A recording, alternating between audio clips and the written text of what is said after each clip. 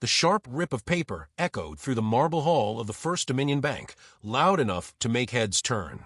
Mr. Reynolds, the senior branch manager, had just torn apart a $50,000 check right in front of a young black woman, scattering the pieces across his polished desk like trash. "Nice try," he muttered under his breath, adjusting his gold cufflinks, his eyes dripping with disdain. A girl like her walking in with a check that size? Impossible. But what he didn't know, what none of them knew, was that this woman wasn't just anyone, and the person waiting outside would soon change everything. But first, please make sure to subscribe the channel and comment below from which city you are watching this video. Her name was Aaliyah Parker, a 24-year-old finance graduate who had just landed her dream job in the city. Every morning, she left her small apartment with a coffee in one hand and a heart full of ambition. Life hadn't been easy. Raised by a single mother who built a company from nothing, Aaliyah had learned early what it meant to earn respect the hard way. Her mother, Vanessa Parker, was more than just a businesswoman. She was a symbol of perseverance, one of the few black women to rise to CEO in a competitive industry. Aaliyah admired her mother's success, but she wanted to prove she could make it on her own. So when she received her first big freelance payment, a $50,000 consulting check, she decided to deposit it herself, proud and independent. She dressed neatly, held her head high, and walked into the First Dominion Bank believing this would be a simple errand. But as she waited in line, she felt eyes following her, the kind of cold, assessing stares she had known all her life. The whispers, the judgment, the subtle disbelief that someone like her could belong in a place like this. Still, she smiled. After all, she'd been here before. She knew how to keep her composure. What she didn't know was that a single piece of paper and one man's prejudice would soon unravel everything she thought she understood about dignity, power, and justice.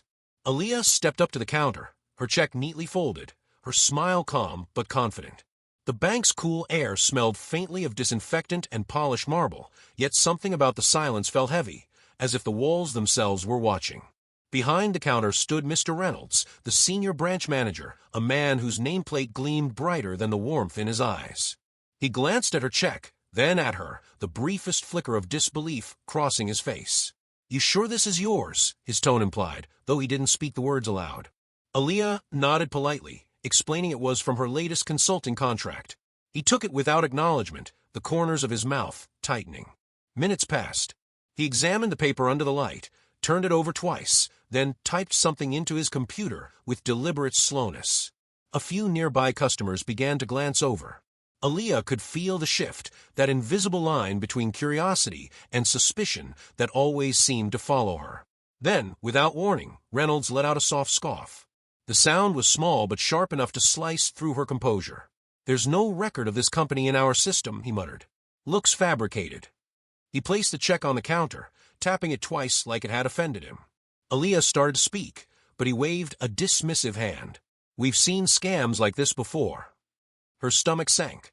The familiar sting of disbelief, not in her abilities, but in her identity, crawled up her spine.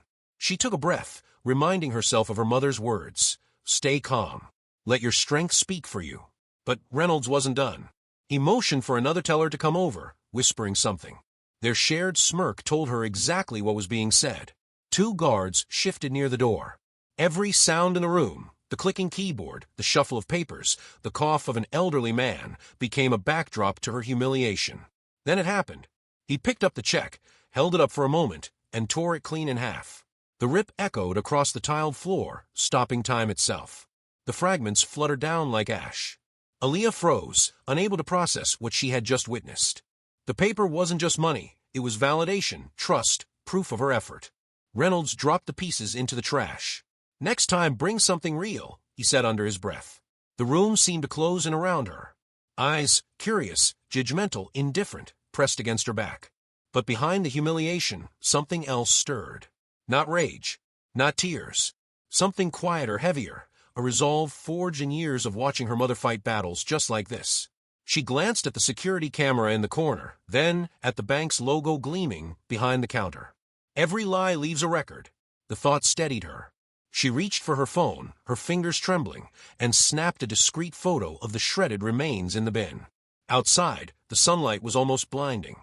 She paused at the curb, heartbeat pounding in her ears, and typed a short message. "Mom, it happened again. But this time, I won't stay silent." She hit send, unaware that the next few hours would turn that quiet message into a storm that the entire bank, and Mr. Reynolds himself, would never forget. By the time Aaliyah's mother, Vanessa Parker, arrived at the bank, the sun had begun to dip behind the glass towers, casting long, golden reflections across the floor. Her presence drew attention immediately. Tailored suit, calm authority, and a silence that carried more weight than any raised voice could. She didn't storm in. She simply walked, every step deliberate, eyes locked on the man who had humiliated her daughter. Mr. Reynolds looked up from his desk, irritation flickering before recognition sank in. The air seemed to thicken. The same confidence he had wielded hours earlier drained from his face. Vanessa didn't need to say her name. Her face was enough. To the bank's higher-ups, to anyone in the corporate world, she was a name that opened doors or closed them permanently. She stopped in front of his counter. "You tore up my daughter's check," she said, her voice low, controlled, the kind of calm that comes before a storm. He started to stammer excuses, reaching for professionalism, but she cut him off with a look that could freeze steel. Aaliyah stood beside her mother, silent, her eyes still red but burning with something fiercer than shame, pride. The lobby had gone utterly quiet. Customers whispered. A security guard looked uncertain. Cameras caught everything. Vanessa pulled out her phone, opened an email, and placed it on the counter. "This," she said evenly, "is confirmation from your own corporate office verifying that the check came from a legitimate business account. The same account that contributes to your institution's investment fund. The same fund my company helps manage." Every word hit like a hammer. Reynolds' jaw tightened, his lips trembling slightly. His earlier arrogance evaporated, replaced by panic. Around them, staff began murmuring. The same onlookers who had watched Aaliyah's humiliation now watched his unraveling. Vanessa leaned in just slightly. "You didn't just insult my daughter. You insulted every person who's ever been treated like they don't belong here." Reynolds swallowed hard, voice barely above a whisper. I didn't realize." "No," she said, her tone final. "You never do. Until it's too late." The silence that followed was absolute. Cameras still rolling. A manager's career hanging by a thread. And for the first time, Aaliyah felt the weight of justice beginning to shift. The video of the confrontation spread across social media within hours. Millions watched as the same man who had torn up Aaliyah's check now stood speechless before the woman whose name carried power he couldn't begin to comprehend. The bank released a statement the next day, apologies, promises, policies, but for Aaliyah, it was never just about one man's mistake. It was about a system that saw doubt before worth, suspicion before respect, color before character. She didn't need revenge. What she needed was accountability. And she got it. The footage became evidence in a corporate inquiry that cost the branch manager his position. But even then, Aaliyah's mother reminded her, it's not about watching them fall. It's about making sure the next young woman never has to climb the same wall. Weeks later, Aaliyah opened her own financial literacy foundation, one designed to teach young black professionals how to navigate institutions that weren't built with them in mind. The same check that had been torn in two now hung framed in her office, the seams carefully mended, a symbol of resilience more valuable than any dollar amount.